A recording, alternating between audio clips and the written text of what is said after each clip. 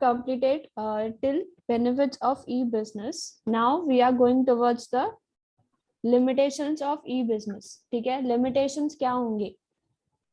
तो पहले आप लोग मुझे बताइए कि what will be the limitations क्या होंगी ई बिजनेस की. The things are not involved physically, the products are not involve physically. हम लोग सिर्फ यहाँ पे ऑनलाइन स्क्रीन पे देखते हैं. We are not able to touch those products, we are not able to see how this products really are. तो इसमें लैक ऑफ पर्सनल टच होता है. तो हम लोग क्वालिटी चेक नहीं कर पाते हैं because of the lack of personal touch. Okay, so this is one of the disadvantage of e-business. Security issues. Now, security issues, there are a lot of scams while मतलब online transaction में बहुत सारे scams होते हैं. कभी कभी आप लोग देखोगे you might receive the message of go to this link and get the offers. तो these are the just ways of doing the scams. ठीक है, स्कैम्स का ये सिर्फ जो है एक जस्ट वे होता है. कभी कभी आपको ये आता है, मैसेज आ जाता है. कभी कभी आपको वहाँ पे जब आप वहाँ पे ऑनलाइन साइट पे जाते हो तो कोई कोई ऑनलाइन साइट इतनी फुल प्रूफ नहीं होती है जो, और वो लोग हमारी जो नंबर्स वगैरह हैं वो लोग कभी कभी ट्रांसफर भी कर देते हैं. कुछ कुछ ऑनलाइन साइट्स जो वैलिड नहीं होती हैं, फुल प्रूफ नहीं होती हैं. So that is the security issue जो हम लोग फेस करते हैं. ठीक है, इसके वजह से जो है ना, some of the customers are not feeling कि हम लोग कभी ऑनलाइन बिजनेस में जाएं, ऑनलाइन ट्रांजेक्शन करें. कभी कभी आप लोग देखोगे बहुत सारे टाइम, बहुत जगह ऐसे भी होता है कि आप लोग ने कुछ मंगवाया, उन्होंने पैसे उतने लिए लेकिन वो प्रोडक्ट आया ही नहीं. ठीक है, तो ये ऑनलाइन फ्रॉड होते रहते हैं. और ये ऑनलाइन फ्रॉड को बंद करवाने के लिए भी बहुत सारे ऐसी लॉस बने हुए हैं, लेकिन security issues are there in the E business. Next is high risk. High risk क्या क्यों इन्वॉल्व होता है? बिकॉज यहाँ पे हाई रिस्क क्यों है? क्योंकि यहाँ पे डायरेक्टली पार्टीज इन्वॉल्व नहीं हो रही है. हम लोग यहाँ पे with the help of with the intermediary of computer बीच में होता है. हम लोग सामने वाली पार्टी को देख नहीं सकते हैं कि कौन है, मतलब कहाँ से बिजनेस ऑपरेट करते हैं, कहाँ पे उनका स्टोर है वगैरह, सब नहीं देख पाते हैं कभी कभी. तो हाई रिस्क है वो कि अगर हम लोग के साथ फ्रॉड हुआ तो वेयर वी विल कंप्लेन, किसके बारे में कंप्लेन करेंगे. ठीक है, अगर ऑनलाइन बिजनेस है, अगर उसका स्टोर ही नहीं है, सारी चीजें जो है एक जगह थी वो बंद करके वहां पे चला गया, तो हम किसके खिलाफ कंप्लेन करेंगे, कहाँ के लिए कंप्लेन करेंगे, राइट? तो that is the high risk involved. Delivery time यहाँ पे जो है, कभी कभी प्रोडक्ट्स बहुत ही लेट आ जाते हैं और कभी कभी तो आते ही नहीं है पेमेंट करने के बाद. तो this discourages the customers to go through the online transaction. Online transaction जो है कर ही नहीं पाते हैं because of this delivery time. Sometimes happens ना, समटाइम व्हाट हैपेंस कि अगर आप लोग ने अभी, मुझे समझो कि इस फेस्टिवल पे मुझे कुछ चीजें चाहिए थी, लेकिन because of rain the orders were not delivered on time. ठीक है, अभी बीच में बहुत बारिश भी थी, आप लोगों ने देखा होगा. तो उस टाइम पे ऑर्डर्स जो थे वो नहीं आ पा रहे थे, राइट? तो that is the lack. Delivery time का बहुत डिफरेंस आ जाता है, एंड जिस टाइम पे चाहिए होता है वो प्रोडक्ट आता ही नहीं है. तो that is also the limitation of E business. Next is government interference. Government जो है कभी कभी बिजनेस को मॉनिटर करती है. मॉनिटर कैसे करती है? देखो, अभी समझो कि एक मेरा बिजनेस है, ऑनलाइन बिजनेस. अभी उसमें लाइसेंस मैंने लिया है नहीं लिया है, मैं कैसे बिजनेस कंडक्ट कर रही हूँ, ये गवर्नमेंट को इन्फॉर्मेशन होती है. तो गवर्नमेंट कभी कभी इन चीजों में भी इंटरफेरेंस करती है. ठीक है, तो these are some of the limitations of the E business. लेकिन इसके अलावा भी है ना बहुत सारी चीजें होती है, जैसे फ्रॉड हो गया. ठीक है, या फिर और चीजें हो गई. तो you can include other points also in the limitations of e-business. इनके अलावा भी आप खुद से देखो कि आपको कौन सा इशू फेस करना पड़ता है. ओके, अगर इसके अलावा देखोगे ना तो आपको बहुत सारी पॉइंट मिलेगी, और एग्जाम में आप जब लिखने बैठोगे तो वो एक्स्ट्रा पॉइंट्स भी आपको याद आएंगी. ठीक है, इन 5 में से समझो मुझे एग्जाम में सिर्फ 3 पॉइंट्स याद आ रही हैं. ठीक है, अभी आप खुद ही देख लो, जब हम लोग लिखने बैठते हैं बिना देखे लिखो बैठ के, तब आपको 5 में से 3 पॉइंट्स याद आती है कि 4 पॉइंट्स याद आती है? पूरी की पूरी पॉइंट 5 पॉइंट्स याद आती है क्या? खुद से ये ऑब्जर्व करो और एक्स्ट्रा पॉइंट्स लिखो. Okay, so these are the questions जो आप लोग को प्रैक्टिस के लिए हैं. And tell me in the chat box. Okay, the term e-business is derived from the term dash and e-commerce. Yes, what is the answer? Online transaction, ठीक है, online transaction I have already discussed with you कि online transaction यहाँ पे कैसे की जाती है, ठीक है। आपके टेक्स्ट बुक में there is a process which is there in the text book जो आपको लिखना है। Okay, now first is the just wait now first is the registration. जब पहले ना रजिस्टर करना पड़ता है, रजिस्टर क्या करना पड़ता है, खुद को रजिस्टर करना पड़ता है। Okay, by filling up the registration form. यहाँ पे रजिस्ट्रेशन में फॉर्म में क्या आ जाएगा, हमारा कस्टमर आईडी या फिर ईमेल आईडी, हमारा नाम, हमारा एड्रेस। Okay, all these are have to be filled, ये सब फिल करना पड़ता है। First step is the registration. Okay, yes, account number डालना पड़ता है खुद का, सारी चीजें इस रजिस्ट्रेशन में आ जाती है। पहले ही आपको सारी चीजें फिल कर देनी है रजिस्ट्रेशन फॉर्म में, ठीक है। तो that is the registration. What is the first step, अगर मैं पूछूं तो आप लोग क्या बोलोगे?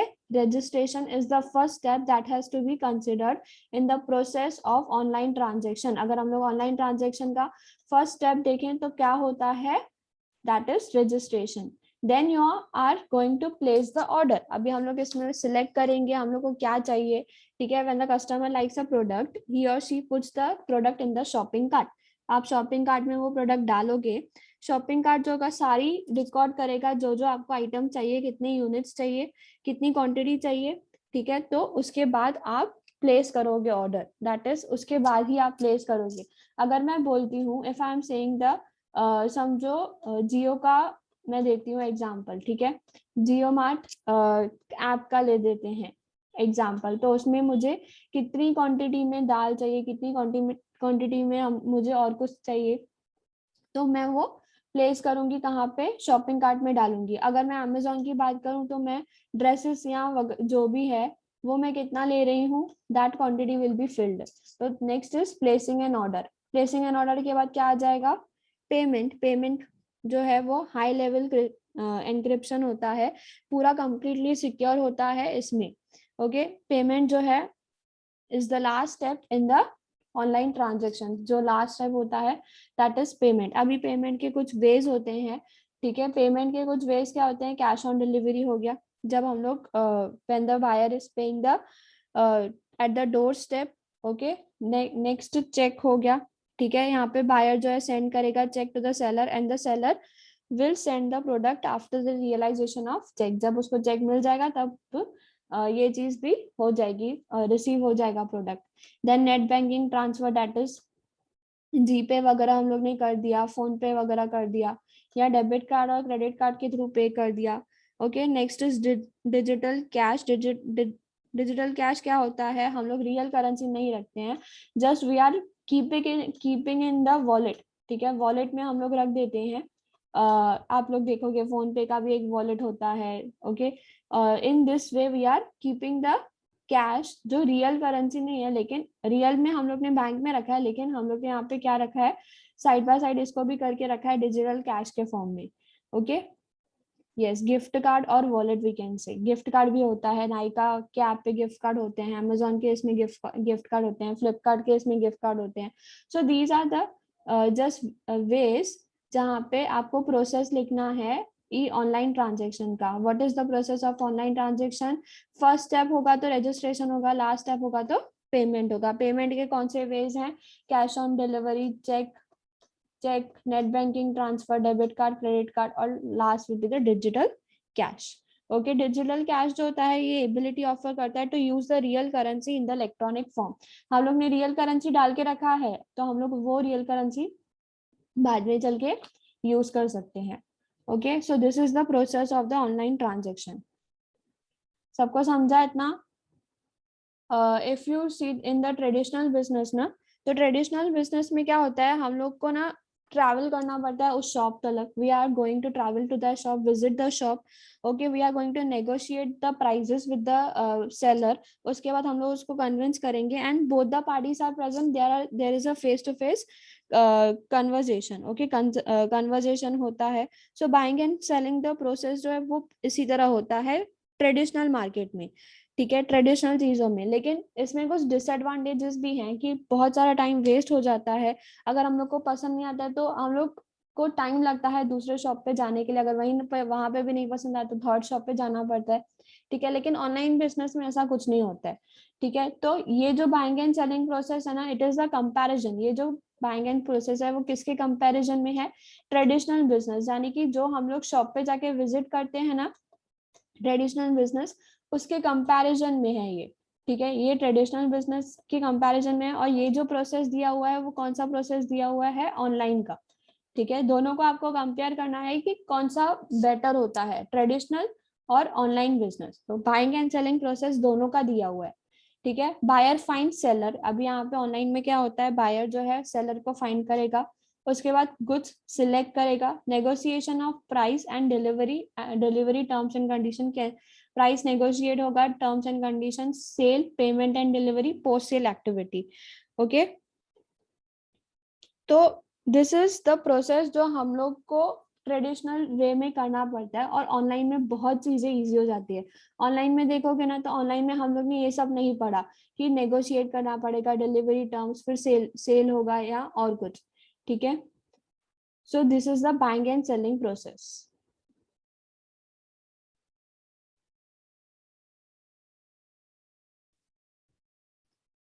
Okay, so these are the practice questions. For online transaction dash is needed. पहले क्या करना पड़ता है online? See, the establishment such as shops, malls, housing society, offices, etc. outsource the facilities like canteen, sanitation, security, etc.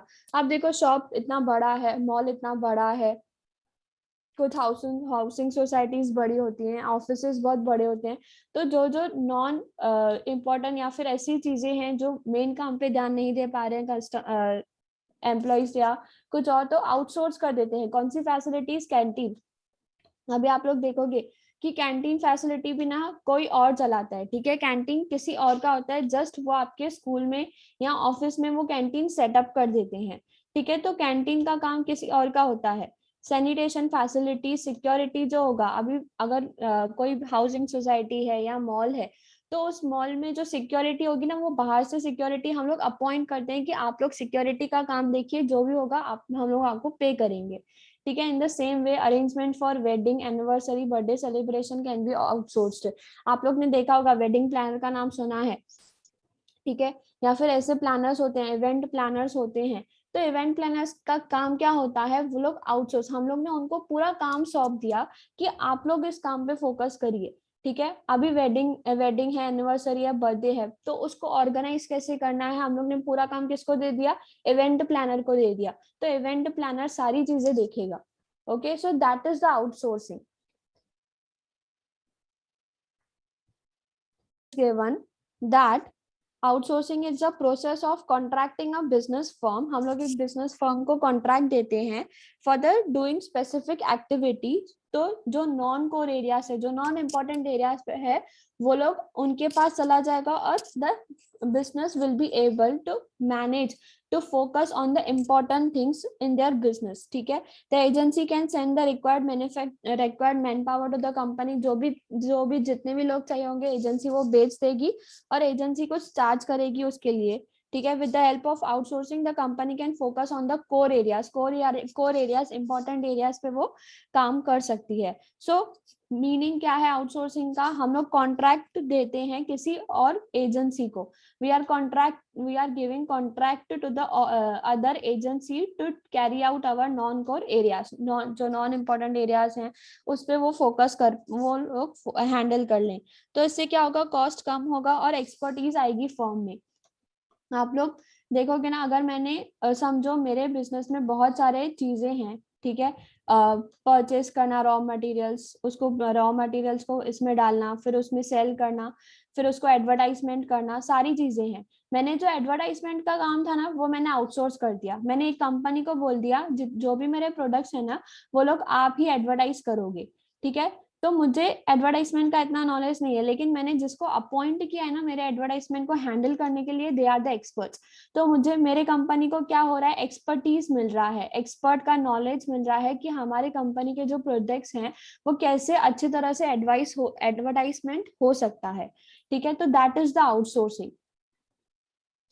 Okay, now we will see what are the examples क्या हैं। Same malls हो गया, anniversary, housing societies वगैरह में जब हम लोग birthday celebration और ये सब करते हैं, तो that is examples of the outsourcing. ठीक है, अगर आपको नीड पूछा जाए व्हाट इज द नीड, तो you will write that the business और the other shops, malls, housing societies, these are not able to focus on their core areas. So to help them to focus on their core areas, the outsourcing is the need to them. Okay, outsourcing जो है वो उनके लिए बहुत जरूरी होती है.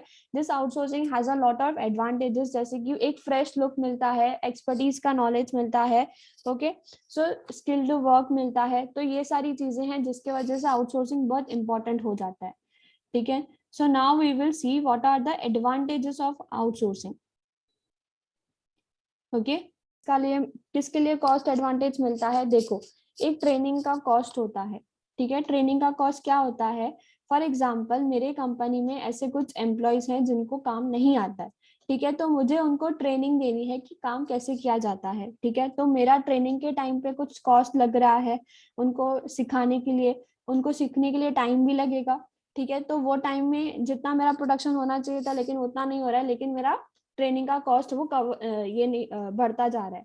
ठीक है, अगर मैंने ये सारी चीजें आउटसोर्स कर दी, जो एक्सपर्ट लोग हैं मैंने सीधा उनको ही अपॉइंट कर दिया, तो व्हाट विल हैपन, जो मेरा ट्रेनिंग वगैरह का कॉस्ट था वो कम हो जाएगा. ठीक है, अगर कम हो जाएगा तो मेरा ये आउटसोर्सिंग जो है कितना पैसा बचा रही है. so that is the overall cost advantage. now it will reduce the cost, saves time and efforts on the training cost, simulates the entrepreneurship, employment and exports. Simulates मतलब क्या होता है? It will help to increase the entrepreneurship. ठीक है, entrepreneurship के जो ideas होंगे, जो हमारे एम्प्लॉयमेंट अपॉर्चुनिटीज होंगी, जो हमारे एक्सपोर्ट्स होंगे, वो बढ़ाने में हेल्प करेगा आउटसोर्सिंग. ओके, कैसे हेल्प करेगा? How it will help? अभी देखो यहाँ पे जो एक्सपर्ट्स हैं जहाँ पे आके काम संभालेंगे, हम लोग को फोकस किस पे करने मिलेगा? एंटरप्रेन्योरशिप पे. हमारा एक्सपोर्ट बढ़ता जाएगा because we are concentrating on the production, on the main important areas of the business. So it will help to increase the entrepreneurship, employment and the export. low manpower cost, the manpower cost is much lower than the host company. host company कौन होता है यहाँ पे? जो हमारा खुद का business चलाने वाला है ना, वो होस्ट कंपनी का जो मैन पावर होगा ना वो कम होगा. क्यों? बिकॉज मेरे कंपनी में समझो एक मेरी कंपनी है, उसमें मुझे 10 एम्प्लॉयज रखने थे. ठीक है, अब उस 10 में से मैंने 2 लोगों को बाहर से एक एजेंसी को कॉन्ट्रैक्ट दे दिया. ठीक है, एजेंसी ने खुद के मैन पावर जो है बेच दिए. तो मुझे जहाँ पे 8 लोग रखने थे, मैंने अब यहाँ पे कितने रखे? 10 लोग रखने थे, मैंने अभी कितने रखे? 8. और यहाँ पे 2 लोग किसके हैं? एजेंसी के हैं. सो इन दिस वे जो मेरा मैन पावर है वो कम हो जाएगा. The man power will be reduced if we are contracting the giving the contract to agency. The agency will appoint themselves the man power of their own. Okay, so हमारा जो man power का cost होगा वो भी लो होगा, because इनको भी तो सैलरी और वेजेस देने पड़ेंगे ना. जितना मैं 10 को दे रही थी, अब वहां पे मैं 8 को दूंगी, और जो एजेंसी होगी वो खुद ही इस दो जनों को हैंडल करेगी. Right, in this way the low manpower cost will be there because of the outsourcing. Okay, next is access to professional, expert and high quality services. As I have already said, the people who are very skilled in their particular field will be appointed. हम लोग उनको appoint करेंगे. They will carry out the task. Okay, so we are accessing to the professional, expert and high quality services. High expert जो होगा वो अच्छे से quality services ही देगा, right? So that is access to professional, expert and high quality services. Emphasis on the core process rather than supporting work. हम लोग जो हैं core process, आप लोग आउटसोर्सिंग में ये वर्ड बहुत ही सुनोगे, बिकॉज आउटसोर्सिंग की वजह से हम लोग इम्पोर्टेंट काम पे बहुत फोकस कर पाते हैं. ओके जो बहुत इंपॉर्टेंट काम है उस पे। तो सपोर्टिंग वंस, ये जो कॉल सेंटर वगैरह है वो सब सपोर्ट करने के लिए है, ताकि अगर कस्टमर्स को कंप्लेंट हो तो दे कैन कॉन्टेक्ट अस, और हमारा जो कस्टमर के साथ रिलेशन है वो भी खराब नहीं होगा। तो these are the supporting ones. Okay, so we are giving importance to the core areas, to the important ones. Next is investment requirements are reduce. जो हम जितना हम लोग को इन्वेस्ट करना चाहिए था, किस में इन्वेस्ट करना चाहिए था, टेक्नोलॉजी में, सॉफ्टवेयर में, इंफ्रास्ट्रक्चर में, अब वो हम लोग ने किसको दे दिया है, डायरेक्टली आउटसोर्सिंग कंपनी को ही दे दिया है।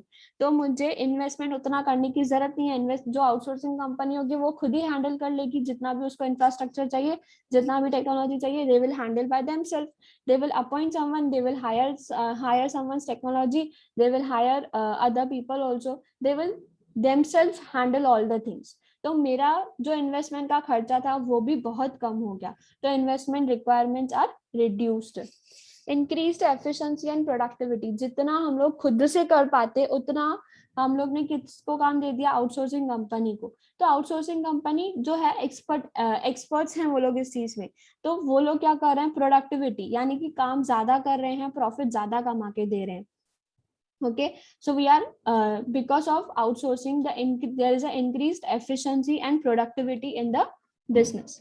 Knowledge sharing, यहाँ पे knowledge sharing क्या हो जाएगा, with the help of the outsourcing, they outsource the people who are we have appointed, they will share the knowledge of to us कि हम लोग कैसे अपना प्रॉफिट बढ़ा सकते हैं, हम लोग अपनी कैसे कंपनी को एक्सपांड कर सकते हैं, कैसे अपनी कंपनी को हाई लेवल पे पहुंचा सकते हैं. So this company will help us to develop, okay, and they will share the knowledge with us to increase the goodwill, to increase the reputation of the business. So these are some of the advantage of the outsourcing. Tomorrow we will see the limitations and the types of outsourcing. Okay.